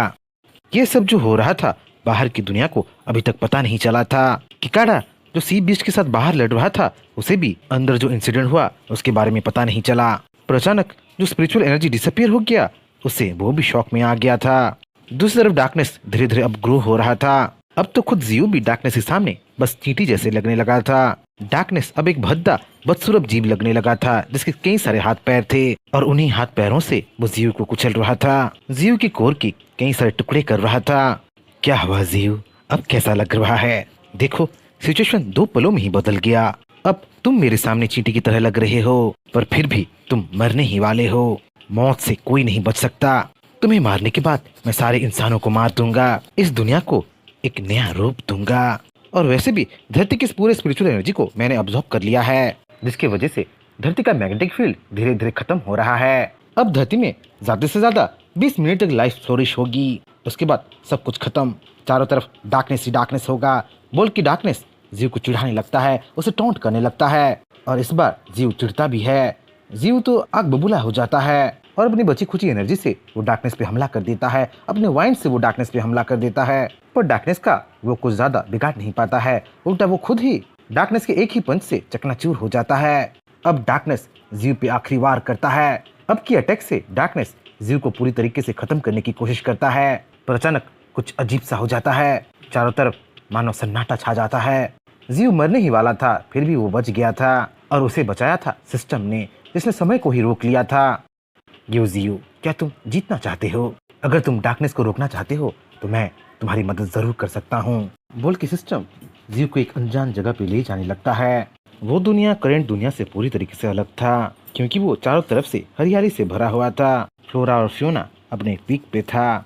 जैसे ही जीव उस जगह के बारे में सिस्टम से पूछने लगता है, सिस्टम टाइम ट्रैवल के बारे में उसे एक्सप्लेन करने लगता है। हाँ, सिस्टम ने टाइम ट्रैवल किया था और जीव को अपने साथ पास्ट में लेके चला गया था। टाइम था 1 लाख साल पहले की, उस टाइम पीरियड की जब डार्कनेस पैदा हुआ था। सिस्टम जीव को दिखाता है कि डार्कनेस इस दुनिया का था ही नहीं, वो इस दुनिया में एस्केप होके आया था, क्योंकि उसके दुनिया में तबाही और बर्बादी अपने चरम सीमा पे था और इसीलिए डार्कनेस मार्स से भाग के धरती में भाग आया था और एक एस्टेरॉयड के रूप में वो धरती में गिर गया था। वहाँ भी वो कई सालों तक इनएक्टिव रहा और जब वो जगह एक लड़की के साथ वो बॉन्डिंग बनाया, उसी लड़की को बचाते बचाते डार्कनेस उसे अनजाने में एक गिफ्ट दे दिया और वो गिफ्ट सिस्टम था। डार्कनेस ने ही अनजाने में सिस्टम को बनाया था, अनजाने में एक ऐसी लड़की को बनाया था जिसके पास पहली बार सिस्टम नाम का फैसिलिटी था। और उसी दौरान और एक चीज भी हुआ, सिर्फ वो लड़की सिस्टम से अवेकन नहीं हुई थी, दुनिया में स्पिरिचुअल टाइड भी एक्टिवेट हो गई थी। हाँ, सिस्टम के एक्टिवेट होने से ही स्पिरिचुअल टाइड ट्रिगर हुआ था। वैसे जीव के पैदा होने से भी स्पिरिचुअल टाइड ट्रिगर हुआ था, पर उसके बारे में सिस्टम उसे बाद में बताने वाला था। पास्ट में जब स्पिरिचुअल टाइड ट्रिगर हुआ पूरी दुनिया में मैजिक और कल्टीवेशन फैलने लगा। उस बीच डार्कनेस अपने आप को दुनियादारी से दूर कर चुका था, ह्यूमन से मिनिमम कांटेक्ट रखने लगा था। और उसी दौरान वो लड़की जिसे डार्कनेस बचाया था वो अब एक पावर हाउस बनने लगी थी, दूसरे इंसानों के साथ घुलने मिलने लगी थी, ह्यूमन सोसाइटी में अपना एक रेस्पेक्ट बनाने लगी थी। धीरे धीरे टाइम ऐसे ही बीतता गया, डार्कनेस अकेला होने लगा। टाइम के साथ उसके चारों तरफ मियाज़मा फैलने लगा, वो धीरे धीरे कॉन्टामिनेटेड होने लगा, करप्ट होने लगा। एक टाइम ऐसा भी आ गया जब डार्कनेस इतना ईवल बनने लगा कि वो जहाँ भी जाता फ्लोरा और फियोना मर जाता। उसे हर कोई अब डरने लगे थे और उसके आने से मरने लगे थे। जो भी मरता उसके लिए वो इवोल्यूशन पॉइंट्स बन जाता और इवोल्यूशन पॉइंट्स की वजह से डार्कनेस और भी ज़्यादा पावरफुल होने लगता। देखते ही देखते डार्कनेस अब एक वर्ल्ड थ्रेट बन गया था और उसे एलिमिनेट करना बेहद ज़रूरी बन गया था। दुनिया भर के बड़े बड़े लोग मीटिंग करने लगे, जहाँ दुनिया भर के बड़े बड़े कल्टीवेटर्स और मैजिशियंस अटेंड करने लगे थे। अब वो लड़की भी डार्कनेस का थ्रेट समझ चुकी थी और दूसरे इंसानों के साथ मिलके वो डार्कनेस को बिट्रे कर चुकी थी। एक बहुत बड़ा बैटल हुआ, महीनों तक नरसंहार हुआ। बैटल में एक टाइम ऐसा आ गया जब डार्कनेस और वो लड़की ही बच गए थे। डार्कनेस उस लड़की को बचाने की पूरी कोशिश करता है, उसे बैटल से खदेड़ने की पूरी कोशिश करता है, पर वो लड़की नहीं मानती। डार्कनेस, अगर तुम मुझे नहीं मारोगे तो मैं तुम्हें मार दूंगी बोल के वो लड़की फूट फूट के रोने लगती है, डार्कनेस को ओपन चैलेंज करने लगती है। पर अंदर ही अंदर वो भी डार्कनेस से नहीं लड़ना चाहती थी, पर हालात से वो मजबूर थी। उस लड़की को बचाने के लिए ही डार्कनेस अपना अल्टीमेट सेक्रीफाइस करता है, अपने आप को अलग ही दुनिया में सील करने के लिए तैयार हो जाता है। आखिर तक वो लड़की डार्कनेस को चाह रही थी और डार्कनेस उस लड़की को बचा रहा था। लिटिल ब्लैक, ये तुम क्या कर रहे हो? रुक जाओ, ऐसा मत करो बोल के जहाँ वो लड़की फूट फूट के रो रही थी वहीं डार्कनेस भी आंसू की नदियाँ बहा रहा था। मैं तुमसे अलग नहीं होना चाहता हूँ, पर मैं जब तक इस दुनिया में रहूंगा तुम्हें मुझसे लड़ना पड़ेगा और उससे तो मेरा कैद होना लाख गुना अच्छा होगा। देखते ही देखते डार्कनेस अलग ही दुनिया में कैद हो जाता है और जाते जाते भी वो उस लड़की को हील करके जाता है, पर उसके हीलिंग का कोई फायदा नहीं होता क्योंकि डार्कनेस के जाते ही इंसान उस लड़की को धोखा दे देते हैं। उस लड़की पे पीछे से वार करके उसे वहीं मार देते हैं। हम इस टाइम का कब से इंतजार कर रहे थे। तुम्हारे पास सिस्टम का पावर है ना, हमें भी वो चाहिए बोल के इंसान उस पे वार करने लगते हैं। माफ़ करना लड़की, हमें सिस्टम का पावर चाहिए और ये सब हम इंसानों की भलाई के लिए कर रहे हैं, हमारे सेक्ट के भलाई के लिए कर रहे हैं बोल के कुछ इंसान तो उस लड़की को एक्सप्लॉइट भी करने लगते हैं। उस लड़की का सर काट के वो डार्कनेस को दिखाने भी लगते हैं, चिढ़ाने भी लगते हैं। सिस्टम के द्वारा जियो को बहुत कुछ पता चला था, जैसे कि डार्कनेस का हिस्ट्री, डार्कनेस इवल क्यों बना। सिस्टम ने जियो को बताया कि कैसे इंसानों के दूसरे सेक्ट ने स्वीजिन को, मतलब डार्कनेस की फेवरेट लड़की को, डार्कनेस के सामने ही मार दिया, कैसे उसके बॉडी पार्ट को दुनिया के अलग अलग हिस्सों में छिपा दिया गया। और ये सब क्यों किया गया? क्योंकि स्पिरिचुअल पावर इस दुनिया से ना जाए। जिस समय डार्कनेस को सील किया जा रहा था उसी समय स्वीजिन के साथ इंसानों का खेल खेला जा रहा था। सिस्टम की ऐसी बातें सुन जियो समझ जाता है कि डार्कनेस इतना इवल क्यों है। जियो समझ जाता है कि डार्कनेस के मन में अब भी बदले का भावना है और बदले की भावना रही भी क्यों ना। इंसानों ने तो अपने पैरों में खुद ही कुल्हाड़ी मारा था, पर कुदरत अपने नियमों को इंसानों के लिए नहीं बदलता। जो जैसा बोता है वो वैसा ही पाता है। इंसानों की इसी गलत कामों की वजह से इंसानों का जायजेंटिक नेशन डिक्लाइन होने लगा। जो इंसान कभी मैजिक और मार्शल आर्ट यूज करते थे उनका नंबर बस गिनतियों में ही रह गया। सिस्टम से जियो को ये भी पता चलता है कि स्वीजिन कुछ गिने चुने बीस्ट को भी पाल रखी थी। वो सारे बीस्ट आगे चल के हेवनली बीस्ट बने जो कि डार्कनेस को टाइम टाइम पे सील करने लगे। उन्हीं बीस्ट में से एक व्हाइट जेड एलिफेंट था जो कि अब की बार सावलिंग से रिश्ता बना रहा था। जियो डार्कनेस की पूरी कहानी सुना, पर फिर भी जियो समझ नहीं पा रहा था कि वो इससे डार्कनेस को कैसे हरा पाएगा। इसलिए वो इसके बारे में सिस्टम से पूछता भी है और सिस्टम अपना प्लान जियो को एक्सप्लेन करता है। डार्कनेस इवोल्यूशन पॉइंट से पावर पाता है, मतलब इवोल्यूशन पॉइंट से वो न्यू स्किल्स परचेज करता है। कैसा होगा अगर इवोल्यूशन पॉइंट्स डार्कनेस को मिले ही ना? कैसा होगा अगर कोई मरे ही ना? तब तो डार्कनेस को इवोल्यूशन पॉइंट से नहीं मिलेगा। हाँ, ये पॉसिबल हो सकता है, पर इसके लिए तुम्हें बहुत बड़ी बलिदान देना होगा। तुम्हें अगला डार्कनेस बनना होगा। तुम्हारे ऐसे करने से ही इस दुनिया में बैलेंस बरकरार रहेगा। इन और यान की एनर्जी एक दूसरे को बैलेंस करेगा। सिस्टम की ऐसी बातें सुन जियो कंफ्यूज हो जाता है। वो तो सिस्टम पे डाउट भी करने लगता है, डाउट की सिस्टम कहीं ये सब पहले से प्लान तो नहीं किया है? कहीं इसी वजह से ही तो उसे रीइंकार्नेशन के वक्त सिस्टम तो नहीं मिला था? और वैसे भी जीव का डाउट सिस्टम जल्द ही क्लियर कर देता है। सिस्टम जीव को बताता है कि वो फ्यूचर देखा है। डॉक्टर स्ट्रेंज की तरह उसे भी पता है कि क्या करने से आगे चल के जीव की जीत होगी और क्या करने से जीव की हार होगी। सब कुछ एक्सप्लेन करके सिस्टम जीव को एक मौका देता है, मौका कि वो अब क्या करेगा। जिसपे जीव का तो एक ही आंसर था, उसे डार्कनेस को हराना था और अब तो उसे डार्कनेस को हरा के बचाना था। जीव सब कुछ समझ के, सब कुछ जान के अब सिस्टम से एक आखिरी सवाल करता है। सवाल कि सिस्टम आखिर है कौन? तब सिस्टम अपने असली रूप में आता है, या फिर कहूँ कि अपने असली रूप में आती है। सिस्टम और कोई नहीं बल्कि खुद सुई जिन थी, जो कि हजारों सालों से सफर कर रही थी। अब टाइम आ गया था कि जीव उसकी सफरिंग का खात्मा करे और इवल डार्कनेस की चैप्टर को एंड करे। दूसरी तरफ डायमेंशन ऑफ लाइफ में शाओलिंग रोई जा रही थी। डायमेंशन ऑफ लाइफ से बाहर निकलने की पूरी कोशिश कर रही थी। वहीं मरमेड क्वीन नमक में मिर्ची डाल रही थी। तुम लाख कोशिश कर लो पर फिर भी तुम इस डायमेंशन से बाहर नहीं निकल सकती। तुम, वो ड्रैगन और मैं यहीं कैद रहेंगे।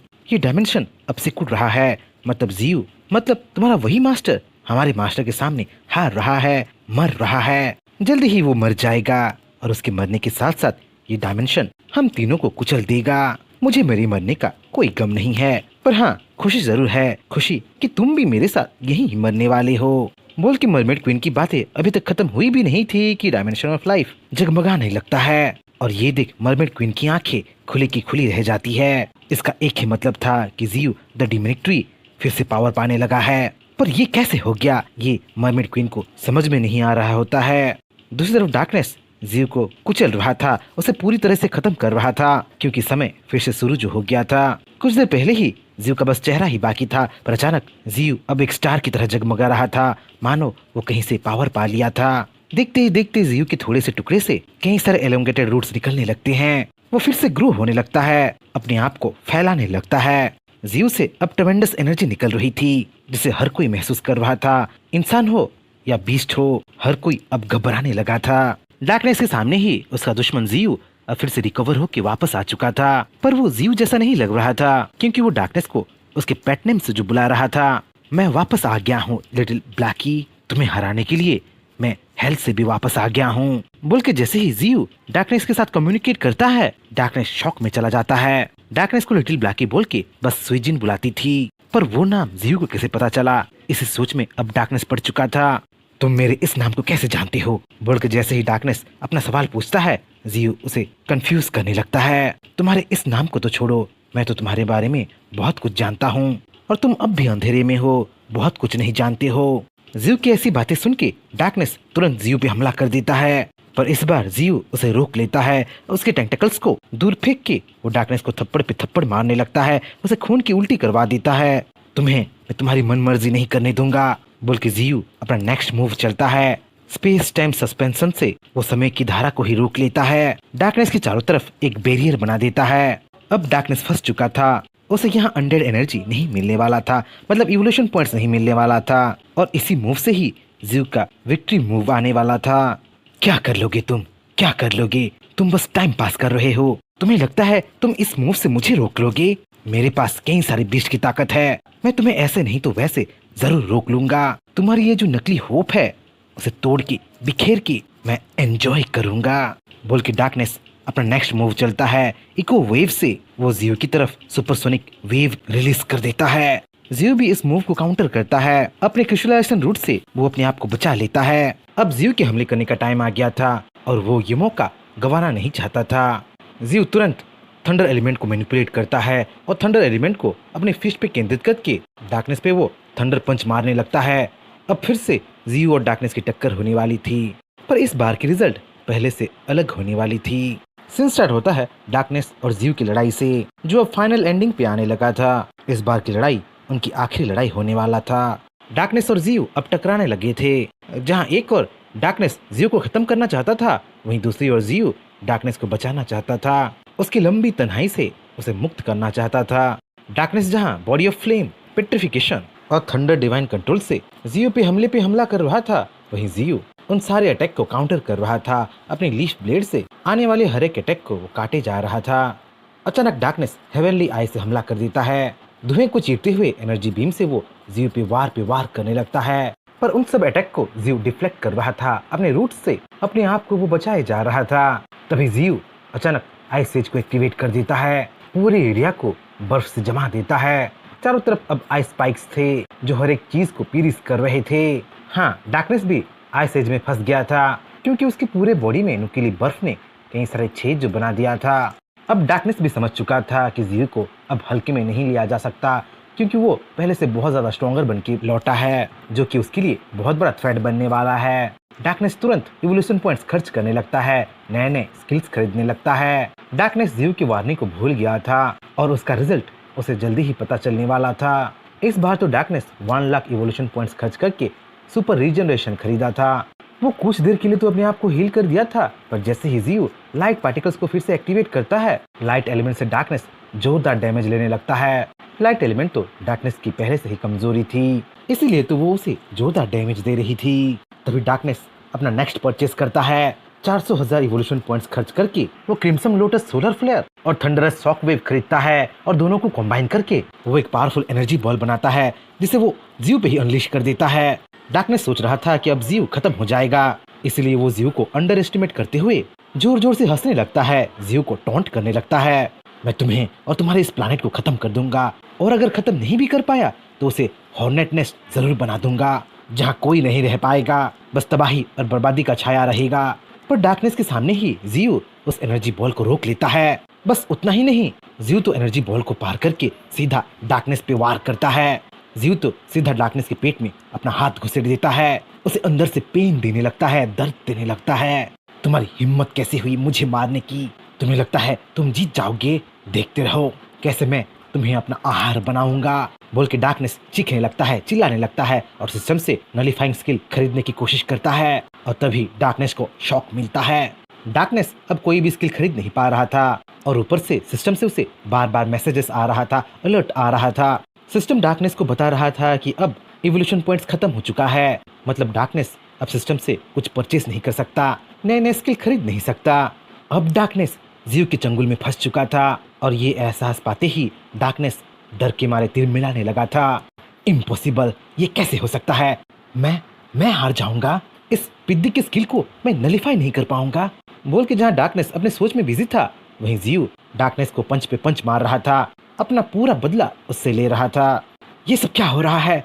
ऐसा ऐसा कैसे हो सकता है? बोल के डार्कनेस बार बार सिस्टम खोल रहा था, सिस्टम से कुछ ना कुछ खरीदने की कोशिश कर रहा था, पर सिस्टम उसे बार बार परचेस अनसक्सेसफुल बोल के रिजेक्ट कर रहा था। डार्कनेस हील परचेस करने की कोशिश करता है, पावर ऑफ वाइटलिटी परचेस करने की कोशिश करता है, और यहाँ तक कि रिजुविनेशन स्किल भी परचेस करने की कोशिश करता है, पर हर बार वो फेल होता है। क्या तुमने? ये सब तुम्हारा ही काम है, बोल के डार्कनेस अब गुस्से से बावला होने लगा था, पर जीव उसे कहाँ एक सुनने वाला था। जीव अब अपने 9 अरबुले रूट्स को बाहर निकालता है। हर एक रूट टोमाहाउक स्नेक जैसे लग रहे थे, और मुंह खोल के वो डार्कनेस पे एनर्जी ब्लास्ट करने लगे थे। तुम्हें मैं कुछ भी तबाह करने नहीं दूंगा, तुम्हारा खेल यहीं पे ही खत्म होता है। मैं समझता हूँ कि तुम इंसानों से इतना नफरत क्यों करते हो, पर इसमें दूसरे जीवों का क्या कसूर है? तुमने इंसानों को ही नहीं बल्कि इस दुनिया के हर एक जीव को पेन दिया है। अब तुम्हारा खेल खत्म होता है, गुड बाय डार्कनेस, बोल के जीव डार्कनेस पे लगातार हमला करने लगता है। देखते ही देखते जोरदार एक एक्सप्लोजन होता है, और उसमें इस बार डार्कनेस जलने लगता है। तुम इंसानों को आज बचा रहे हो, पर याद रखो जीव, इंसान दगाबाज होते हैं, वो तुम्हारे हेल्पिंग नेचर का फायदा उठाएंगे और एक दिन तुम्हें ही धोखा दे देंगे। इंसान पावर के भूखे होते हैं, और इसी पावर के चक्कर में वो तुम्हें एक दिन खत्म कर देंगे, बोल के डार्कनेस अपना आखिरी जोर लगाता है, पर देखते ही देखते वो जीव के हाथों खत्म होने लगता है। डार्कनेस का बॉडी डिसॉल्व हो रहा था, मानो उसके बॉडी में अब वायरस घुस गया था। क्योंकि इन सब चीजों को जीव समझ नहीं पा रहा था, तो सिस्टम जीव को इन सब चीजों के बारे में समझाने लगती है। सिस्टम जीव को समझाती है कि डार्कनेस से सिस्टम को अंदर ही अंदर वायरस निकल रही है, और उस वायरस के पीछे सुईजिन है, मतलब जीव की सिस्टम है। डार्कनेस उस वायरस से बचने की पूरी कोशिश करता है, पर तब जीव की हेल्प करने के लिए खुद ऑस्ट्रेलिया का बीस्ट किंग डार्कनेस के मुंह से बाहर आ जाता है, और डार्कनेस को पुश करने लगता है।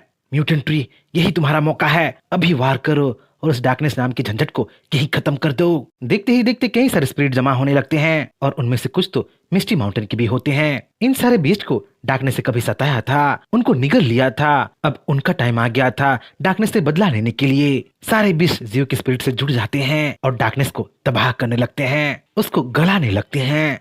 ये सब क्या हो रहा है? तुम सब मिलके मेरे साथ लड़ रहे हो। मत भूलो कि मैं जब खत्म हो जाऊंगा तो इस दुनिया से स्पिरिचुअल पावर भी गायब हो जाएगा। जो तुम इस तरह से बातचीत कर रहे हो, ऐसे पावर पाए हो, उन सब चीजों का एंड आ जाएगा। बोल के डार्कनेस चिल्ला ही रहा था कि जियो उसे बीच में ही टोक देता है। ऐसा कुछ नहीं होगा, कोई स्पिरिचुअल पावर गायब नहीं होगा, क्योंकि तुम्हारे बाद मैं तुम्हारी जगह लेने वाला हूँ, पर तुम्हारी तरह मैं इवल नहीं बनने वाला हूँ। बोल के जियो अपना फुल पावर अनलीश कर देता है और एक लंबे फाइट के बाद अब जियो डार्कनेस को आखिर खत्म कर ही देता है। मरते मरते डार्कनेस सुईजिन को अपना आखिरी विदाई देता है। सुईजिन, मैं हमेशा तुम्हें मिस करता हूँ। आखिरकार मैं तुम्हारे पास आ ही रहा हूँ। हम दोनों अभी कभी अलग नहीं होंगे। बोल के डार्कनेस लाइट पार्टिकल में बिखेर जाता है। वही सिस्टम जियो को एक एडवाइस देता है, एडवाइस कि वो डार्कनेस के कोर को निकल जाए। अभी बहुत बड़ा लंबा जर्नी बाकी है। जियो के सिस्टम को अपग्रेड करना है, मिस्टी माउंटेन के सारे बीस्ट को आजाद करना है और जियो को वर्ल्ड ट्री बनाना है।